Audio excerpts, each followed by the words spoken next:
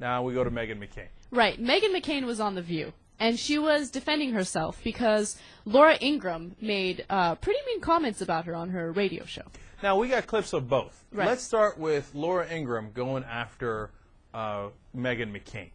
So let's run that clip first, and then we'll go to Meghan later. So clip number 5. And on Monday, my cocktail moment was John McCain's daughter's column, Meghan McCain's column on the Daily Beast, that was titled, "My Beef with Ann Coulter." And I quote, "I straight up don't understand this woman or her popularity. I find her offensive, radical, insulting, and confusing all at the same time." You said in the Ann Coulter column, Ann Coulter could be the poster woman for the most extreme side of the Republican Party, and in some ways, I could be the poster woman for the opposite. What's the opposite? The opposite is the more moderate. Where we have gone wrong is by being so extreme in our attitudes, and I think inadvertently and maybe on purpose with these columns, I am started speaking out, and I guess I am the only one speaking out right now, at least this publicly, and so that's why people are saying that I'm the new poster child for the moderate side of the Republican Party. But have no doubt the Republican Party is split into two halves of where they think the Republican Party should go. There are people that think we should go back to our conservative roots, become extreme conservative. Mike Huckabee says that quite often, and there are people like me that think we need to be more moderate. To fight with somebody who's definitely going to fight back. Yeah. Well, if it was, if it was too hot in the kitchen, I'd get out. I know what I'm doing, and I know that I'm creating. I know she probably will respond. She already has, but I'm sure she'll respond harder. But this dialogue should take place. It should. I think that, oftentimes, and I think it's relevant because I am a Republican. I still consider myself a Republican, and that's why it's relevant because I'm someone within the party criticizing itself. But unless we have dialogues, unless Republicans can come on shows like yours, unless, people like you can go on Fox, we're never going to create a dialogue, and we're never going to meet in the middle. All right, so this is how it starts. She goes on the Rachel Maddow show, and she wrote that blog on the Daily Beast. So far it's civil. But instead of Ann Coulter attacking her, you know what? Laura Ingraham says, "Look at me, Daddy, look at me. I'm also a blonde Republican chick." So she's decided that she's going to take on Meghan McCain, so she goes after her on her radio show. Now let's listen to that. Okay, Meghan, do you think that anyone would be talking to you if you weren't kind of cute and you weren't the daughter of John McCain? Or do you just think that they would just think that you were just another Valley girl gone awry? You picked a fight with somebody who's definitely going to fight back. Yeah. Well, if it was, if it was too hot in the kitchen, I'd get out. I know what I'm doing, and I know that I'm creating. I know she probably will respond. She already has, but I'm sure she'll respond harder. But this dialogue should take place. It should. I think that, oftentimes, and I think it's relevant because I am a Republican. I still consider myself a Republican, and that's why it's relevant because I'm someone within the party. How long before she totally abandons the Daily Beast and makes it official at the Huffington Post? And I think there's extreme on both parties, and I hate extreme. I don't understand. I have friends that are the most radically conservative and radically liberal people possibly ever, and we all get along. We can find a middle ground. Okay, I was really hoping that I was going to get that role in the real world, but then I realized that, they don't like plus-size models. They only like the women who look a certain way. And on this 50th anniversary of Barbie, I really have something to say. All right, so she does the chipmunk voice, I suppose, to be a Valley girl, Laura Ingraham does there. When Laura Ingraham said, they don't have room for plus-size girls, Anna looked at me and whispered into the mic, "What a bitch."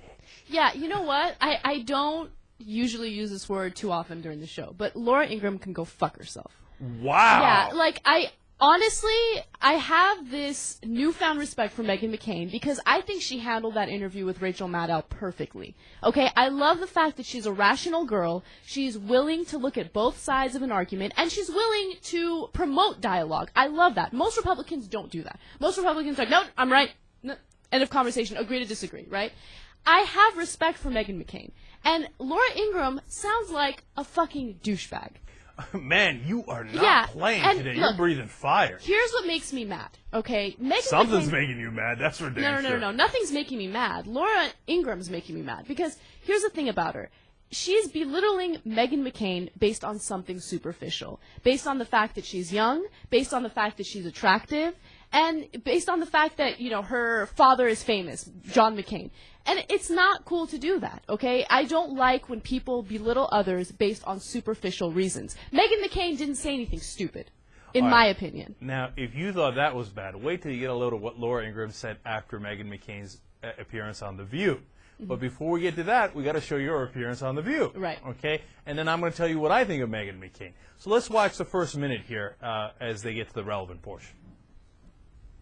Well, I think with Laura Ingraham, the worst part about it for me is that with my personal blog, a significant majority of the readers are young women. And I can't say with the Daily Beast, I've only been writing for them for a few months, but I assume a lot of young women are reading it. And what do young women think when I speak my mind about politics and I want to have a political discussion about the ideological future of the Republican Party? And the answer is, she's fat, she shouldn't have an opinion. Right. What kind of message are we sending young women? Yeah. It's terrible. I have a little sister, and what kind of example is this setting for her? Yeah, I couldn't agree with you more. Weight is now that I'm a political writer on a blog, and all of a sudden I'm too fat to write. I mean, we talk. Everyone from Tyra Banks to Oprah to Hillary Clinton to my mother. Why are we so obsessed with weight? Why? And I know specifically for me, this is so, I'm a pop culture junkie, but when Tyra Banks went on her show in her bathing suit and said, "Kiss my fat ass," that's what I feel like right now. I'm like, kiss my fat ass. Like, I don't care.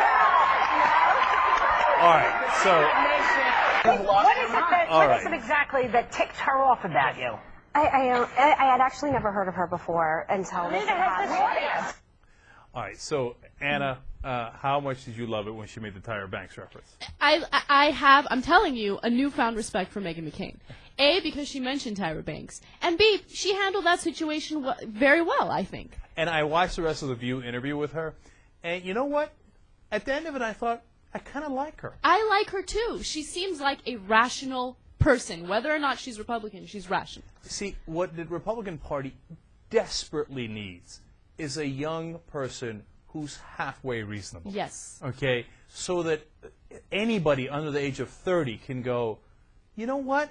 I might not despise that person. Exactly. Right? I don't know of any other Republican where anybody under 30 would say that. Right. Everybody else, they're like, oh, man, that dude or that girl is loathsome, right? You look at Meghan McCain, and she seems like she's a decent person. And when they talked about her family on The View, she said, look, I thought you guys were a little tougher on my dad, but he's my dad. Right. And I want to look forward, and I don't want to concentrate on it. And she just seemed likable and reasonable. So right. I think she's doing the Republican Party a world of good, so they will obviously bury her. Of course they will. They will try to attack her in every way imaginable. So now Laura Ingraham is back at it. She sent out an email to her followers calling Meghan McCain a useful idiot. How? In what way? How is Meghan McCain an idiot? Like, look up the definition of the word idiot. Meghan McCain is not it. In this situation, you are it.